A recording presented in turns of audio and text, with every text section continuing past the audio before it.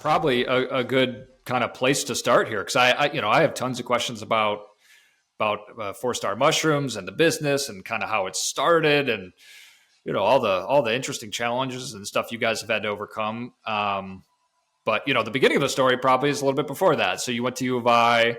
Are you originally from Illinois? Grew Yeah, up in Illinois? so I'm originally from northwest suburbs of Chicago, Hoffman Estates, Palatine area. Okay. Um, yeah, and just to I guess kind of jump into how we got here, it does start obviously before the company got started in 2019. Um, my background and my interests have always been in ecosystems, ecology, natural habitats, and I think my curiosity for those systems started to grow when I was in college, and I was originally studying landscape architecture um, because I kind of always knew that I wanted to have like a landscape level impact. I always thought that was really interesting. And then I actually changed my major, started studying integrative biology because I really wanted to learn. I wanted to increase my base of knowledge from a scientific perspective.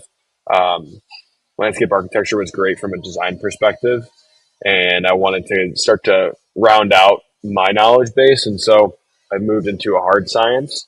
In doing so, I really started to learn about how agriculture is really the biggest impactor of not only our natural ecosystems, which is obviously where most of my interest originally lied, but then also in our human health system, and then increasingly in our climate system. So as I was taking these courses and I was driving through these cornfields, like you said, um, it became really apparent to me that the food system is the biggest challenge and also the biggest opportunity for us to fix our ecosystems, to fix our health system, and to mitigate the negative impacts of a changing climate that we're already starting to see. Um, so I pretty much went back in it's probably senior year of college. I became totally obsessed with agriculture, particularly regenerative agriculture, sustainable agriculture, controlled environment agriculture, all these kind of like new age ways of doing things. I don't think that there's a silver bullet. I think that there's kind of a collage of different responses based on markets, ecosystems, products, and I just got really deep on all these things and really fell in love with the idea of regenerative agriculture paired with controlled environment agriculture, creating these areas in urban centers where we could produce really nutrient dense food locally, reduce the supply chain, but and allow us to improve the quality in reducing that supply chain. Um, and then the big goal is to be able to return a lot of this traditional farmland that is growing corn and soy for animal feed, for fuel, and for processed foods. Being able to convert that land back to a more natural. I say natural. I don't love the word natural, but for all intents and purposes, natural state. But that's still producing food. So that Yeah. was kind of like the vision that I left college with. Um, and then in 2018, I came across a podcast with Paul Stamets, who's a very charismatic mycologist. And basically, after listening to that podcast, I was like, okay, this is kind of the through line. This is the thread that connects the vision that I have for this future agriculture system. Um, and it just happens to be that mushrooms are the kind of, in our opinion, in my opinion, they're the keystone process in being able to create this urban food system that's also regenerative. Yeah. So at that time, it was obviously sounds like it was a vision that you had, a mission, sort of a core, I don't know, theme of like you knew this was like the direction you wanted to go. Did you have any idea what that was going to look like? Was it a job, a career, a business? Some people it might be sort of like a hobby or a side hustle thing. Like, did you like what was your take on it at that time? And actually, when did the mushroom sort of aspect come into it? Was there something that that kind of prompted that? An experience, a podcast, how did those like things kind of come together? Yeah, it's a great question. So I think I was humbled by the job market pretty quickly in sustainable agriculture. There wasn't a whole lot of opportunity that I was super excited about. The opportunities that I was really excited about were few and far between. Um, Very low paying, a lot of grunt work, and I didn't necessarily see that the opportunities that were available would necessarily lead to the scale that I believe that we need to see. Taking a step back, I've got a family of entrepreneurs. Closest one being my father, who's started a handful of businesses, and I've kind of always known that that starting a company was something that I aspired to do. I don't know if it was always at the forefront of my mind, but I think as I started to, get towards graduation and after graduation, it became pretty clear to me that I wanted to actually build something, and I wanted to do something that I had I had the responsibility, the risk, but also the upside of starting something on my own. So, um, like I said, I didn't know what that was going to be. I knew I kind of had a vision for what I felt like the future of our food system needed to be in order to have a positive impact on human health, ecological health, and the climate. And then this podcast with Paul Stamets really was the thing that just brought it all together. And it was, in a lot of ways, it was like a light bulb moment for me because I already had this base understanding and an idea. And then, I mean, when I listened to, I probably listened to the podcast 5 times in a week because I was just so floored that he was talking. He was really one of the first times that I've ever encountered somebody just like really talking my language. Yeah. Yeah. I mean, it helps so much having people in your sphere who have done it before or are currently doing it. I mean, I was kind of similar. I got into consulting and marketing consulting. And I kind of grew up watching my dad, like in the insurance industry, he did like actuarial consulting. So I kind of grew up sort of always being around it. And it wasn't something that happened for me like immediately right after school, but I mean, there's so much of that that is helpful. You can like tap into that. And like when you can see it and understand, hey, I think kind of, anybody could do this because you actually get to witness some of it. Did you have any of your peers like doing it at the time, or was it something that was pretty unique to your situation, your background? Yeah, it was completely unique. I mean, nobody that I was really the only one of my college or high school friends who I'm still close with all of them that started a company out of school and let alone an agriculture mushroom business. But I did bring on my one of my longtime friends, my best friend Sean, since we were in kindergarten. Um, and I started the company in 2019, and then he was he was working in a corporate position at PNC Bank, and then he actually started out. He started a company on his own, and we kind of just realized that the mission that we were both working towards was the same. And so he came on board and became business partner and owner in 2021. So he's really the guy that I have to, and my family as well, the entrepreneurs that have built things in my family. They're the ones that I can really, kind of share war stories with Mm-hmm. and really relate to because it's hard. A lot of times from the outside, I think that it looks like Instagram, right? Everything is rosy, but most people don't get to see the shits. Yeah, yeah, and especially when I mean, it's one of the reasons I wanted to kind of do a podcast like this because it always seems like there's the success story, even for businesses that are not like huge and sexy and big national brands. I mean, like any small business, it just looks like kind of cool that yeah, you're running your own business. But man, the first couple of years, actually more than that, it's always yeah, you're right. It's not super glamorous when you're in it. Um, and My and then favorite is when people say that you get to make. They're like, "Oh, it's so cool! You get to make your own hours." yeah, or you're lucky you don't have a boss. But it's like, well, my boss is me, and he sucks because he doesn't know what he's doing. Like Yeah. that's what I told people in the beginning.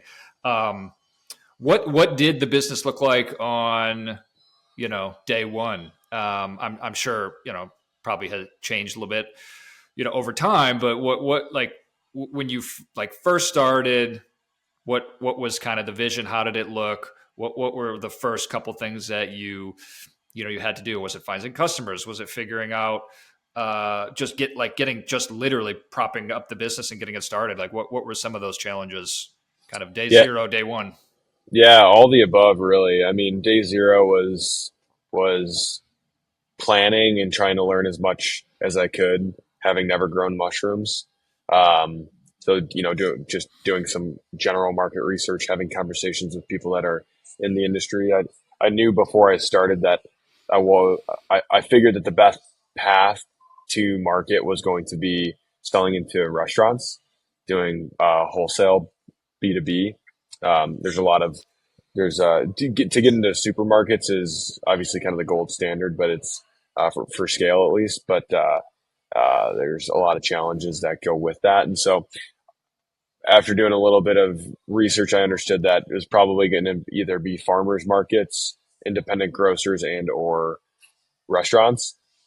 I also knew that I wanted to make it legit from day one. Like I wanted it to be my business. I didn't want it to be a hobby. So I started a business, then I also leased a space. Um, Part of the reason I had to lease a space too is just because of the requirements that growing mushrooms indoors has, right? Like, we're creating these temperature controlled, humidity controlled environments. The amount of floods that I've had, I can't even count on two hands. Um, so I guess fast forwarding to day one, what it was a minimum viable product, right? So the grow room is kind of our product in a lot of ways, right? The environment that we're creating is kind of our product, and then the mushrooms come from that. And so I didn't know what I was doing. I learned as much as I could, mostly on YouTube and reading books, and I came up with a design that was pretty cheap. We had a 400 square foot leased warehouse space, which is like it's basically a glorified closet in this shared warehouse in Logan Square, which is on like kind of the northwest side of Chicago. And really from there, I mean, we threw up four walls and built a walk-in cooler. And then like with mushrooms, you don't, there's different steps in the process. And so I focused on actually cultivating the mushroom, fruiting the mushroom, because obviously the main thing that I had to do was grow that and sell it. You can go down the stack and you can vertically integrate, but to begin with, I wanted the fastest turnaround to a product to go to market with. Um, and so with that, I was working with a guy that was producing the substrate blocks in Missouri, and we get those shipped in every 2 weeks, pack them full in the cooler so I could kind of stage them out over those 2 weeks until the next order came in. I mean, the cooler was so packed that I had to take everything out every time I wanted to go into it. Um, and really from there, it was just about finding customers. And, uh, I started growing in 2019 in September. So selling into restaurants in September of 2019 was, you know, maybe not the best choice. Maybe it was, I don't know. But obviously 6 months later, Yeah. everything shut down, and 100% of the customer base that I had started to build up just dropped off, which was challenging. But honestly, after the first few weeks of that subsided and um, restaurants started to open back up, we actually got one of our most important partnerships during that time with um, the restaurant Alinea, which is a three Michelin Mm, star restaurant that yeah. started to do they were doing to go meals during the pandemic in order to continue to employ their staff and make money. And so we were able to partner with them on that, and that led to a fruitful relationship, and then also helped kind of pave the way for more restaurants, because when Chef Grant is using your product and endorsing it, there's really no there's nobody else that you could ask for. So I'm super grateful for him and all the chefs, especially in the early days, that supported us because they believed in the mission that I was sharing with them, and the vision. And yeah, we wouldn't be here without them. Yeah. Yeah. And obviously very interested in all of the kind of the branding and the positioning and messaging, because I mean it's not easy in those very very early months and years when you have to figure out, okay, who is the ideal customer for us. And it's like easy to like have that umbrella thing of like, oh yeah, we're going to sell to restaurants, but I'm sure there are many different types of buyers and different types of restaurants, and like Alinea is very different than say I'm trying to think of another example of a Chicago restaurant, but I mean Alinea kind of stands out, like that's about as high end as you get, but there's probably other types of restaurants that you could sell to, and there'd be pros and cons to all of it. So how did you kind of sort through all of that? Were you kind of building the plane while you were flying it, or was it a very deliberate kind of decision to go after like a really specific target with a really specific story? I mean, not many people are able to do that, but if you can do that, obviously it helps. How did you guys kind of tackle that in the early days? In the early days, I think it was a little bit easier because our production ceiling was lower, and so our market was tighter. Yep. It was easier to focus on like the super high end dining scene. I think the story has stayed the same. I think the vision has stayed the same. I mean, we're working towards building a regenerative food system, and so that's been consistent. Our customer base, at least for wholesale, has really evolved and broadened. And the market that we serve now is really wherever chefs may find themselves. And so we found like just interesting places that I never thought that we would have as customers, like senior living facilities, corporate dining like Uber and LinkedIn, country clubs and private social clubs. Like these have been really, really consistent, amazing customers for us that in the early days I didn't think about. And there's a whole plethora of restaurants that we work with that range from 1, 2, and 3 Michelin star to arcades. Like it really comes down to the value that the chefs and the owners see in the product, obviously, that they're working with, and the brand that they're supporting, and really the story that they're able to tell their customer base. Because if they're able to put out an amazing dish that's super flavorful, and then they can talk about how these mushrooms were grown 15 minutes away, right downtown, with a company that is trying to make a more sustainable food system that's employing people locally. Like that's that you kind of have to boil down like what the value somebody's trying to drive when they go to a restaurant, and that's different at different restaurants, right? Like sometimes it's just about price. Like if you're going to Chipotle, you want to be in and out quick, and you want to have an affordable meal.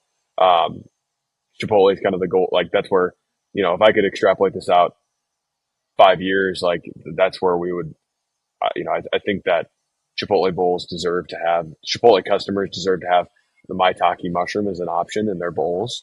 Um, but you can just start to see how as you go across all these different restaurants, like, and different organizations, really, like you need to just be able to display what that value is and help them see what that value is in what we're creating, and then help them translate that to their customers.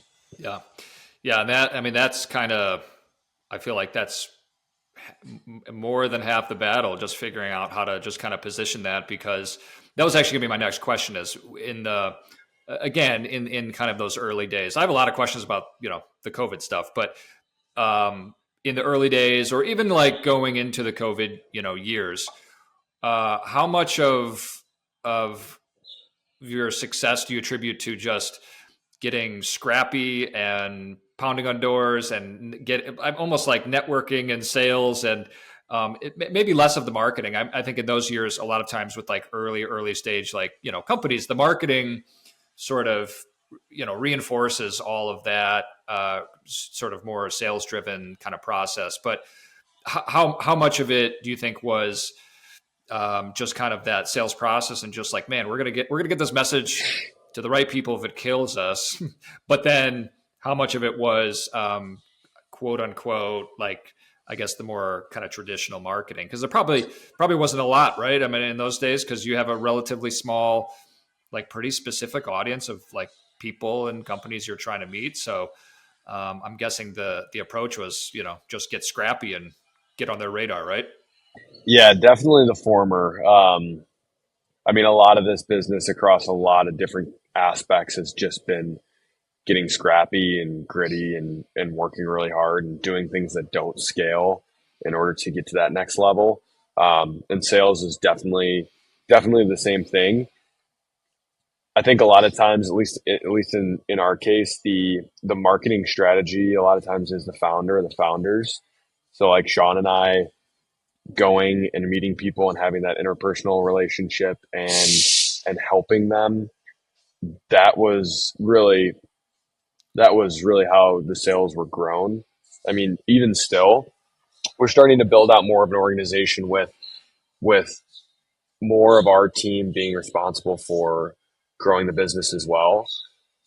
But for the first 5 years, it was really just like it was a grind on knocking on doors, maintaining relationships, and then also bouncing back and trying to make sure that we're growing the stuff, well enough. Because I'm out there talking about how we can grow to the specification. We're super consistent because that's what everybody wants, and that's what I believe we are. But you're never 100%, and so it was always that balance. But really, the sales were organic.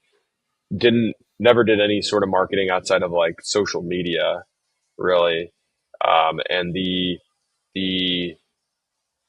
the word of mouth and that cross promotion that we got on Instagram when chefs would repost us has really been this thing that's been just snowballing, really since COVID, I would say. And it's gotten to the point where like I can go into a restaurant right now and I don't know anybody and I've never been there, but they're like, oh, I've either worked with 4 Star at this restaurant or, I've seen you guys are everywhere. And so really just organic growth, really transparent customer service, and just really honest and transparent, like about what we care about and what we're trying to do has led to like this kind of organic brand being grown here in Chicago. Yeah. Yeah. And I think that is the way that a lot of companies should look at it, because I've always kind of been, I cringe a little bit when people say like my personal brand, like I'm putting myself out there as as an individual, as, the role in my company or the fact that I'm the founder of a company.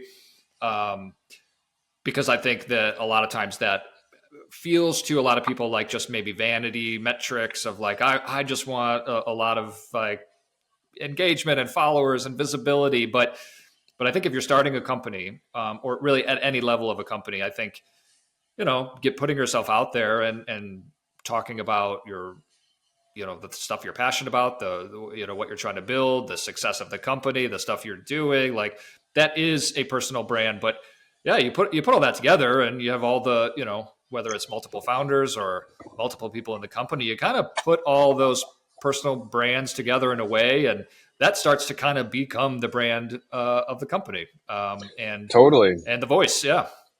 Yeah, absolutely. And I think one of the challenges with growing is like growing out of like the brand just being the co-founders, just being myself and Sean, and like having everybody be a part of that, and like everybody being on the same page for like what our cohesive brand image needs to be, and how we talk about things, how we talk to customers, how we solve problems. Every day there's problems, and we need to be consistent with how we solve those problems. So ideally, our customers never even know that there are problems. Like for instance, maybe a month and a half ago, I got word that some mushrooms that we were purchasing they got stuck in a snowstorm in a blizzard in Indiana or Ohio, and they're coming in from Michigan, and so I I had a huge order for one of Chef Grant Achatz' restaurants, um, and there was just absolutely no way that I was. It was like right after they opened too, and there's just no way that I was gonna like have them take this dish off the menu that they just put on that was super popular. And so I drove that Saturday morning. I drove 500 miles to go pick up everything that I could and just hauled it back. No. And like that's something that like they a lot of chefs that are impacted by it would never know. But like it's about um, it's about being able to solve these problems and everybody on the team solving problems so they never become problems. And I think that that's a big part of the brand identity. Yeah. Yeah. And when those kind of problems come up, and a lot of times, yeah, those are, sounds like probably one-off problems, things that happen. They're big problems. But did you ever have moments where you thought like maybe there are things bigger than sort of like these problems that I just have to solve for, and it was something larger, like, hey, like, ooh, is this gonna work? Is this growing the way that we need it to grow? Is it like, are things going the right direction that we want it to go? Or did you kind of have a smoother path of just kind of steady growth? What did that look like? Yeah, it's there's never a super clean path of steady growth. There have been times where it seems like everything's going wrong, and it's like, is this going to work? Um, but I found that I try not to get too high or too low. Um, I believe 110% in the mission of the company, and I know that it's resonating with people, and I know that like it is the right thing to be doing, and so I try to fall back on that when things get really hard. I think that anybody that's starting a business, you need to be the biggest advocate for what you're doing, and you need to be in 100%. If you're in 95%, it won't work because everybody else in your team and your customers will eventually see that when it starts to get hard, it won't pan out. And we're trying to build a company that's, going to be a national company, a global company one day. We want to exist, for hundreds of years. We want to be a staple in the agriculture system. And so I feel that in my bones. Like I know that that's what I'm, I found what my purpose is. And so even when things get hard, um, I just know that we're always going to there's going to be a solution. We're going to figure it out no matter what. Mm-hmm. Um, and I think that that's just a kind of a mindset that you have to tell yourself too. Yeah. Yeah, and it's something I think a lot of founders are maybe afraid to say out loud or to admit or to like put it out there. But I agree. I think it's when you say it, when you tell people, when you go on podcasts like this and you say, "Hey, this is what we're trying to do." It's something about it like just makes it a little bit more real, a little bit more attainable. You just roll with the punches a little bit more because you have the bigger goal, the bigger aspiration. So that's great. That's what you guys are, working towards. Going back to COVID really quickly. So COVID, you guys obviously, speaking of rolling with the punches, I mean, everybody was doing that during COVID, but when you brought on your co-founder to kind of like both work on the business, how did you guys kind of divide up responsibilities? Because I was kind of curious when I was figuring out who would be best for kind of me to talk to for this podcast. And because of what I like to talk about a lot is kind of like the marketing and the branding. I think that was some of the stuff that more fell on your plate. But how did you guys sort of divide up everything that kind of needed to be done to keep the business going? Yeah, I think I'm so thankful that Sean wanted to come on board and we could make that work because he's really the perfect co-founder for me. We balance each other out in all the right ways, but we're also very synergistic in the ways that matter most. So it's not just like, it hasn't just been like a clean split necessarily from the beginning of like these are the responsibilities, but it's been a collaboration. I mean, we've had to make since he came on board and we started designing and building and scaling our new facility that we've been in since 2022.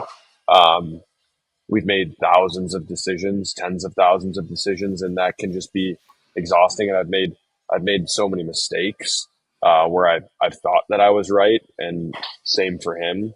And so I think just having somebody that is 100% aligned with the mission and the vision of the company and wants the best for it, is the most important, because we can both try our best to look objectively at one of the problems that we're facing and the decisions that we have to make, and try to come to the best conclusion for the short, medium, and long term of the business. At this point, we've evolved to being, having more siloed responsibilities. So Sean is, this is more so like a day to day. On a high level, we collaborate on all the big things that we're working on, but on a day to day, I'm generally responsible for sales and fulfillment, and he's generally responsible for kind of our production team and the environments and the systems that we have that control those environments. Now, there's plenty of overlap for sure, but for the most part, we try to like stay in our lane, just to make sure that we're both, him and I are both like very clear on like who's responsible for what, so everything gets done. Because a lot of times, if you have three people responsible for one thing, it's funny, but it just somehow nobody has responsibility of it. Then that's a lesson that I think we've learned as a team a few times. Yeah. And when it comes to the stuff that probably falls on your side of things a little bit more, the like sales and marketing, and I use those kind of together quite a bit, but it sounds like in your case, kind of like the sales and marketing do sort of fit together. What, as you were growing and as you're getting, more customers, and, you mentioned, new facility and sort of like all of the stuff that you're just kind of figuring out. And like you said, making mistakes, but growing and evolving. What were some of the biggest challenges that you saw, either from a sales perspective or marketing perspective? Because I feel like at the very least, there's gotta be stuff you ran into. It's like, okay, the more new customers and have to have those relationships. And then there's, at some point, sales and marketing, you can lean on like automating some things. Like what were some of the challenges that you had there? Yeah, and we really don't automate anything with sales and marketing because of the industry that we're in. It's kind of opposite of everything else. Like, Yeah. I don't know any jobs where if you're doing sales, you just show up in somebody's office like we do in kitchens. Yeah. A lot of times unannounced, just with the sample case. Um, a lot of times chefs don't, they're not using email all that often, and so it's a high touch point sales process and relationship management process, really. And I think one of the biggest challenges we've seen on that front is just kind of a challenge of our success. And like, there were days where I was going out and I would have 20, 30 sample drops 5 days a week, just trying to build up our book of business because we needed to grow our volume. And with that, like, I made a lot of great connections, but at the same time, because it was like, there were so many that I was going to, like, I might have been really impactful to them, but then, if I let them slip through the cracks and I don't have the correct follow-ups and everything, then like that relationship can sour. So I think growing fast is really hard when you need to not only like scale the production and maintain the quality and improve the quality, the team and everything, but you also need to like, maintain and grow that relationship that you have with those customers that are ordering, because you want to retain everybody that orders, and you want to have a relationship with everybody. But when you're selling into food service and into chefs, um, you know, automated marketing emails and that sort of thing are just they don't really like work that well. I will say that I've started to do a weekly email to our customer list, which is very helpful because it's a constant weekly touch point, even if it's not like a direct email. It's just like back and forth. It is an email that's like acknowledging our appreciation for our customers, any updates that we have, that sort of thing. Yeah. Yeah. When I was saying automation, I think that's probably the type of automation I was thinking, because you only have so much time to do certain things, right? And I've seen, probably enough episodes of Chef's Table where I know that in the restaurant industry, when you're buying really specialty ingredients, like you want to talk to the person who is the grower, the founder, the person who, like, you don't want to work probably with a company where they're just the relationship isn't there and they're just sort of like sending you stuff. And there is that, like you said, high touch. Like, the relationship has to be there. But that being said, like, how do you kind of balance that over time when you only have so much time and you have a growing presumably list of customers where you need to be doing that for? Like, how do you kind of navigate all that? We're navigating it right now, and I'm trying to make our team and our organization more resilient. And like I said about the brand, a lot of times with a small company, especially like ours, being kind of like a pretty direct extension of the founder. I think that that's great for a time, and then it starts to become a challenge.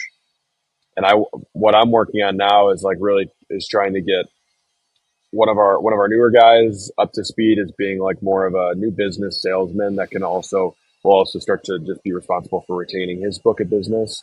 And then one of our longer standing employees who has great relationships with all of our customers right now, transitioning him into a little bit more of like a customer success manager, chef success manager role, where he can increasingly be that face. And I'm always there. I'm always a phone call away. I try to go in and see customers, try to go to dinner, but I couldn't visit all of our customers in a year now, which is crazy. It's a sign of success, and I'm not complaining, but it just does make it challenging to be able to maintain being a really high quality vendor. So I think the team is the best path towards that. Yeah. How much of your like brain power today is being applied to kind of like what's next? Like, you mentioned you guys have big aspirations, big goals, and a vision, but earlier you talked about how in the very, very early days you could have like gone in some different directions. There's like farmers markets, there's restaurants, there's other places similar to restaurants, and then there's like in store like brick and mortar. Like, what are you working on today to kind of tap into some of those other markets? And then also, like, what if any role does marketing play in that? Yeah, it's a great question. So we're increasingly excited about the retail market. The scalability of the retail market is really substantial. There's also something really special about having a product on the shelf that then somebody walks into a store and decides to pick up and bring home. Like, there's something kind of magical about that, and the marketing behind that is also magic, to get somebody to pick that up and bring it home and cook it and talk about it and enjoy it and buy it again the next week. Like, um, that's something that we're just like kind of romantically excited about.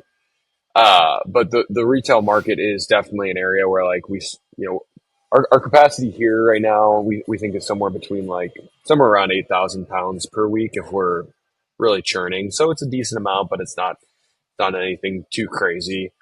Um, we sell as a premium product, and so what we're trying to do is like really our marketing strategy is trying to bring in the chefs that have supported us and uh, help them help us teach consumers how to use these mushrooms. The biggest challenge that we really have is that uh, I hear this at the grocery store all the time. It's like, these look beautiful, but what do I do with them? How do I cook them? And you kind of cook them like a vegetable, you kind of cook them like a protein. And so that educational component, I think, is the number one priority for us. And that's what we're focusing our marketing efforts on this year as we're expanding retail. We're in our retail footprint right now is relatively small, but we're looking to really grow that in the next 18 months or so. Uh, and part of that too is so we can serve the chefs that we work with better, so we can focus, less on trying to be everything for everyone, and be really excellent for all the chefs that really want to work with us and that have worked with us and that are the ideal customer, rather than trying to make everybody an ideal customer. Um, and it also just makes the seasonality of both restaurants and retail a little bit easier to swallow, because they kind of play off each other a little bit. So our big we haven't really announced this too much yet, but I'll share a little bit with you. Um, we're working on putting a project together where we'd have like a show kitchen here, which would Hmm. aid in content creation basically, and branding, both for 4-star mushrooms, as well as, we talked about the personal brand of a lot of these chefs that maybe some of them own a restaurant and it'll help their restaurant's brand, but others are trying to make a name for themselves, and they want to be, they want to be a celebrity chef, or what have you. And we think that this could be kind of a cool opportunity for them to talk about how they like to cook 4-star mushrooms and what they like about them, while also starting to reach a broader audience, and being an educator in a lot of ways. Hmm. Yeah. Yeah. I mean, when you're talking about kind of educating consumers and building a brand and content marketing, I mean, that was like the first place that my head would go, is like creating almost like a content marketing ecosystem of, TikToks and shorts and reels and short videos, but then long form videos where, you can allow people to really showcase, their skills, their expertise, put the products front and center. And then, yeah, I mean, you could even do, you know, blog posts and all sorts of other kind of pieces of content to kind of wrap around the brand. Hmm. Now, also, how do you do that without having it be just like a huge time suck? And you can't like launch everything out of a cannon all at once. So there is quite a bit of planning that goes into that. But yeah, that's cool that you guys are thinking about doing that as a way of like keeping the chefs like part of it and connected, because I imagine that's one of the great ways to keep all the different parts of the brand somewhat connected. But then also, I'm guessing that probably helps you kind of grow it a little bit more and kind of maybe get it out there in front of some more people too. Yeah, in theory, it's a pretty powerful flywheel, and um, we're excited to see how it goes, because we really haven't had any concerted marketing plans. It has been kind of bootstrapped, organic, word of mouth, knocking on doors, and as we as we start to sell mushrooms further away from our home, into the suburbs, into surrounding states, it's important to have really cohesive branding and marketing strategy. Yeah, yeah. And actually, speaking of that, and I'm probably jumping way ahead, but in terms of your footprint, how does that work if you want to expand? Well beyond where you guys are today. Is it just new facilities, or is it a specific type of like shipping and distribution? Like, what would that even look like? Yeah, so our current production can, I think, meet a decent amount of the need in Chicago, Chicagoland, and even some surrounding states. Like I said, we're not trying to be everything for everyone, but one of the key benefits of retail is just distribution. Um, right now, we do all of our distribution to every restaurant chef that we work with, so that's great. I think it's the best way to maintain uh, that that business and maintain that quality, customer satisfaction. But with retail, you can drop off at a central distribution warehouse for the retail chain, and they can bring it to, some of these places have 100, 200 stores. So the scalability is, just from a logistics perspective, is a lot more efficient. So I think it's just going to come down to a blend between those. We have, you know, we'd like to continue to expand in Chicago. I think Chicago is one of the best places in the world to grow mushrooms, given our proximity to Lake Michigan. We do use water, right? So it's a very sustainable place to grow, and then also it's a hub for transportation.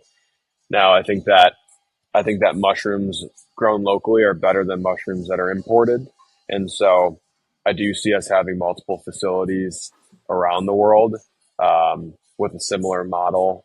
Um, but I'm still flexible. I'm still learning what that needs to be. I don't know what the answer is. I don't have a crystal ball on like, okay, how we're going to bring 30 varieties of mushrooms to people and consumers and chefs across the country. I don't know what that I don't know what that infrastructure needs to look like yet. Hmm. Um, but we're definitely learning day by day. Hmm. Yeah.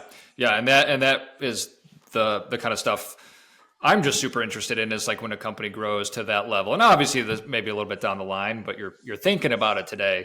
The mission, the vision, the story, like probably like you were saying earlier, doesn't change that much, but then there's just like other like puzzle pieces that have to kind of fit into it, that you have to like tell some of these other stories and have maybe slightly different, audiences for the different channels, and so yeah, it kind of ends up being this big puzzle piece that um, it's never like you never really figure it out right away, right? I mean, you're always kind of figuring out and playing with it. And the world's always changing. Hmm. Yeah, yeah, and your audience too, like I was saying earlier, like putting this umbrella sort of statement on the audience as being like primarily restaurants, like man, that could mean a bunch of different things to a bunch of different people. And also every single one of those, like you said, could change over time. And, the world changes, and it's not always going to be big, giant change like COVID, but many, many small changes could kind of, have the tentacles that, impact things. So, yeah, when I work with clients, that's what I sort of encourage them to do, is like like it sounds like overkill, but like every 6 months, or at the very least a year, kind of sitting down and going, okay, what's the story? What's the vision? What's the mission? Who's the audience? What do we know? What did we learn the last year? And if there's nothing that we learned the last year about how all that's evolving, then that might be a little bit of a problem. But yeah, that's a never ending thing, which I'm sure you feel already, being in business for a number of years. So Yeah, um, well, the first book I think I ever gifted to Sean when we were first getting started doing business together was "Start with Why" by Simon Sinek, yeah. and that was like really a pivotal book and TED Talk for me as I was before I started the company. And um, I think that that's the most important thing. Business is way too hard to not know why you're doing it. And Hmm. if you really know why you're doing it and you really believe in it, then it makes everything a lot more clear. It's still hard. It's still brutal sometimes, but it's a lot more clear and simple. Hmm. Yeah. Yeah. Simple, ironically, is not easy No. to do. I mean, it that seems counterintuitive and kind of an oxymoron, but yeah, the the really cliche thing is like, for marketing, I'm not like the best writer. I don't love writing, and the thing that I always loved is, I didn't have time to write you a short like message, so I wrote you a long one. So Yeah. it seems like it should be the other way around, but yeah, marketing is definitely the same. Um, so yeah, I mean, I've got other questions about marketing and just kind of where you guys are at today and kind of where you're going. But what is the I guess because we've talked about some of that already. What are what do you see as some of the biggest challenges going forward? And maybe it's what we just talked about, but what are the kind of things that maybe not as extreme as like they're like keeping you up at night, but what are some of the things that are the challenges that you guys are going to be overcoming in the next 6 months, year, a couple years? I think it's really solving for, there's always production problems that we kind of have a pretty clear line of sight of like what the next thing is that will help us be more consistent, higher quality producer, produce more, that sort of thing. Um, Honestly, I think the biggest challenge that we face is the education of consumers around specialty mushrooms, um, and helping to create this regenerative category where it's not super clear that we are a part of that category yet, but we feel like we need to be a leader in it.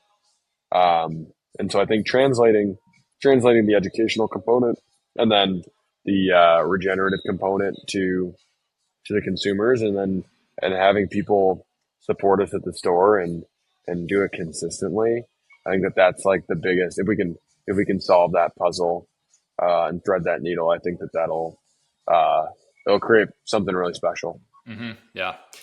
I'm curious if you've worked through this or given this much thought. And there was another conversation I was having with a founder, and he talked about uh, one of the things that, like, going into like launching the business, they thought one of the, their big, really, really big, like, differentiator, the thing that kind of made them unique, and that they were like leading with this message was, while it's not to say it's as extreme as like, oh, the customers don't care about that, but it maybe wasn't the most important thing they cared about. So they did a Hmm. little bit of shifting of, okay, that's still part of the message, it's still part of the story, but maybe it's one of the secondary messages or tertiary, or it's just not the thing that we lead with. Have you guys spent time thinking about that kind of stuff, playing around with it? Did you have aha moments, whether it was for chefs or anybody, any other types of customers, where you've kind of, like, them, the story, but like how you articulate that really quickly and clearly, and kind of what you're leading with, those components you talked about a second ago, sort of the order that you talk about it. Is that something you guys think about a lot? Have you played around with it, struggled with it, or is that just kind of come pretty easy because you're testing it every single day, probably?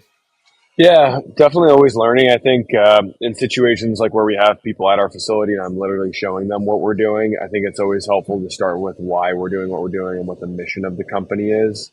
Um, when it's like a little bit more of a sales forward pitch and they've got time constraints and stuff, um, I think it's best to just lead with like what is the the perceived value, what we perceive their greatest value derived would be. Um, and so that definitely kind of depends on who the customer is. Sometimes it's about being local. Sometimes it's about being super high quality and consistent. Sometimes it's about the variety. Sometimes it's about the mission. Um, and so like kind of weaving that in real time based on the questions that you're asking, right? I mean, the number one thing in sales is to ask questions. Like you're just trying to solve a problem for somebody. Like you're not really shouldn't just be out there just trying to sell. Like you want to provide that value. And so in order to provide that value, you need to understand where they're having problems. And from there, I think it's like pretty straightforward. As long as you really know the product and the story and the service and everything, and you're honest and you care. Um, I think it's pretty hard to go wrong. Yeah, and it might be, as you're talking about it too, it might be, what I'm talking about might be more relevant to a bigger, more broad kind of consumer message, where you're maybe trying to reach a bunch of people and kind of build up a brand. Hmm. But that more personal, one-to-one, relationship driven, like sales. Yeah, that's kind of the whole point, and that should be, pretty tailored and pretty custom for the like you said, the person you're selling to. That's the whole point. So Hmm. yeah, that makes total sense. Um, is there any, just kind of like wrapping up here things in a little bit? Are there any like really specific pieces of advice that you have? I'm kind of shifting gears here a little bit. Is there any advice that you would give to, somebody thinking about starting a business, entrepreneur? Obviously you did it kind of pretty quickly, like coming out of college. But I guess any stage of somebody looking to start a business, what kind of advice would you give? That's like a broad question, but Yeah, curious what your response would be. of course. Yeah. No, I appreciate that. I appreciate the opportunity to share my opinion. I really think that it's crucial if you're going to start a business to really be all in on what you're doing. And that doesn't just come overnight. It took me a decade to really distill what my vision is and what I felt like my purpose was and is. And I think that that is a lot of times like glossed over, but that was work. It took time. It took writing. It took reading. It took meditating. It took thinking. It took exploring to really like understand what I was most passionate about. And I hope like if I could hope anything for anyone, it's that they can discover what they're most passionate about. Um, and maybe that's involves starting a business. Maybe it doesn't.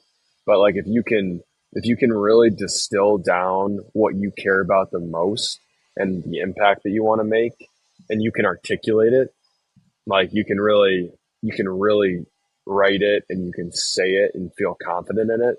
I think that that's a superpower because, like we mentioned before, it makes everything else simple. It's still going to be the hardest thing you ever do, and like that shouldn't deter you. Um, when I heard entrepreneurs talking about their stories before I got started, and even after I got started, like that sort of thing fired me up. I was ignorant to how hard it really would be, and it always is. Every day is something new, but um, yeah, definitely just be like very confident in why you're doing what you're doing, um, and then be plastic and like don't be stuck on things. Like you need to be extremely adaptable if you're going to be founding a company. Um, you're going to need to be able to take a lot of pain, like emotional pain, physical pain. Like it's just really challenging. Um, I'm sure some businesses are easier than others, but I think if you're mission driven and you're trying to make an impact and you see a brighter future that you feel like you can help build, that the future only gets built by your hard work and by bringing people in that will also work hard with you. Um, so I'd say just to wrap that up, just to take the time to invest in exploring what you are most passionate about. Yeah. Yeah. And it is, I think it is pretty rare when when when folks are able to take that thing that they're passionate or about, start a business, actually make it successful. Because I think on paper, like working on something you're passionate about seems like it wouldn't be that much work. But I'm sure, as you can attest, even the thing that you're passionate about ends up being, like you said a second ago, it's still an insane amount of work. You're going to get beat up along the way. But it is a lot easier if it's the thing that you're passionate about. Mm-hmm. And then for me, just being like a marketing guy, what you said about being able to kind of be flexible and be willing to kind of pivot. I take that as like, even in marketing, you can't have sort of this kind of almost arrogance of, you kind of know what you're doing and this thing is going to work and you're just going to keep at it until it works. Sometimes you got to just bite the bullet and say, hey, that didn't work. But we're not, it would be, the real failure would just be to keep doing it and trying to make it work. But instead, you have like a little bit of humility and you say, hey, that didn't work, but we're going to, figure out why and learn really quick and try something different. And then if you could just keep doing that, repeating that cycle over and over and over, and not, not waste too much time or money. I mean, that's the same for like running a business or, doing marketing. So that's like I think that's great advice for, that's kind of applicable in a bunch of different ways. Yeah, you've got to be comfortable with, you got to be comfortable with being uncomfortable. You got to be comfortable with just change too. And like, I'm looking at this part of the infrastructure that we have here that we built about a year ago, and we're tearing it down and we're changing it because I made some wrong decisions on it that were fine for where we were at then, but it wasn't a long term enough view, and now we're literally ripping down the walls. And like I feel comfortable with that because I've done it before, and I've learned that when I don't do that and when I get stuck, it doesn't help anybody. And so just to rip the Band-Aid off and make that decision when you need to is the most important thing. Yeah. Um, last question I've got for you, and then I'll let you go. Um, and this has nothing to do with marketing. It actually technically doesn't have a whole lot to do with even running your business, but something I'm just super interested in talking to founders who are launching a business, growing a business, working on the business, in the business. What do you do to kind of unwind, to detach from the business a little bit, turn off your brain, recharge, whatever you want to call it? What do you do to kind of like relax and kind of step away and kind of recharge the batteries? Yeah. Honestly, it's something that I struggle with. I think that one of the reasons that I was successful earlier before moving in here was because I had that balance. And one of the things that I love to do is run. Um, Big runner. Um, Less so now, just because I feel like I can't find enough time in the week. But that's also, maybe that's partially an excuse. Um, yeah, I mean, I think that I've done a pretty good job of taking Sundays and making sure that those are, I'll send an email or two, but for the most part, I take Sunday to spend with my significant other, to unwind, to just take a breath. Because I'm working 6 days a week, um, you know, 8 to 12 hours, 14 hours a day sometimes, and so there, there's not, to be honest, there's not a whole ton of stepping back and unwinding and separation. Um, Part of that I think is where the business is at and where our team is at, and like it's a constant grind to get us to that next level where the business is more resilient, the team is more autonomous, um, and so that's something that I think about a lot. It's a place that I really want to get to, but at the same time, like I also just love what I'm doing, and I'm really passionate about it, and I love the problems that I have on my plate right now. I'm like eager to be working on. So I think that there's some parts of the business that like I don't look forward to that are more of a slog, and then there's like parts of the business that are like kind of relaxing for me, Mm-hmm. and they're like kind of a nice change of pace. Um, yeah. Yeah, yeah, and and I actually I think maybe I asked this question a little selfishly too, because it's something I kind of struggle with as well. I started my consulting business actually probably around the same time as your business, like 2019, and Well, congratulations. It's 5, 6 years in business. It's no yeah, small feat. yeah, coming up on it, and I was kind of the same where I thought marketing, consulting, and COVID, and budgets are crazy, and it's and also I just have clients that I genuinely uh, feel as though their business is my business, and so but then when you've got several of those and you're working on them all at the same time, it is very hard to turn that off and to have that separation. So it's something I've always struggled with, and I guess I'm kind of hoping somebody will give me the magic formula to do it. But funny enough, I think running is something that I've been getting consistently a lot from people. So maybe there's some kind of correlation to,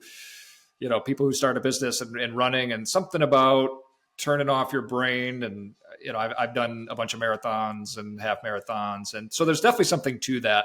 When you get out there, it is easier to turn off your brain and not really think about anything while you're running. Put in some good music and just kind of unplug. So that's I've also something I'm trying to do more of too.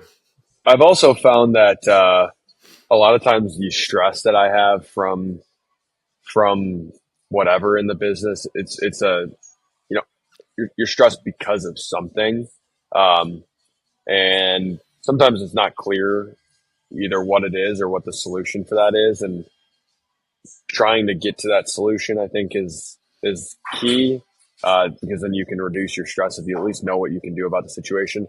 And I found that actually sometimes, both running and meditating, it's not the ideal thing that you should be doing when you're meditating, but like I have been able to like kind of work through these problems internally, and then that leads to like a more relaxed.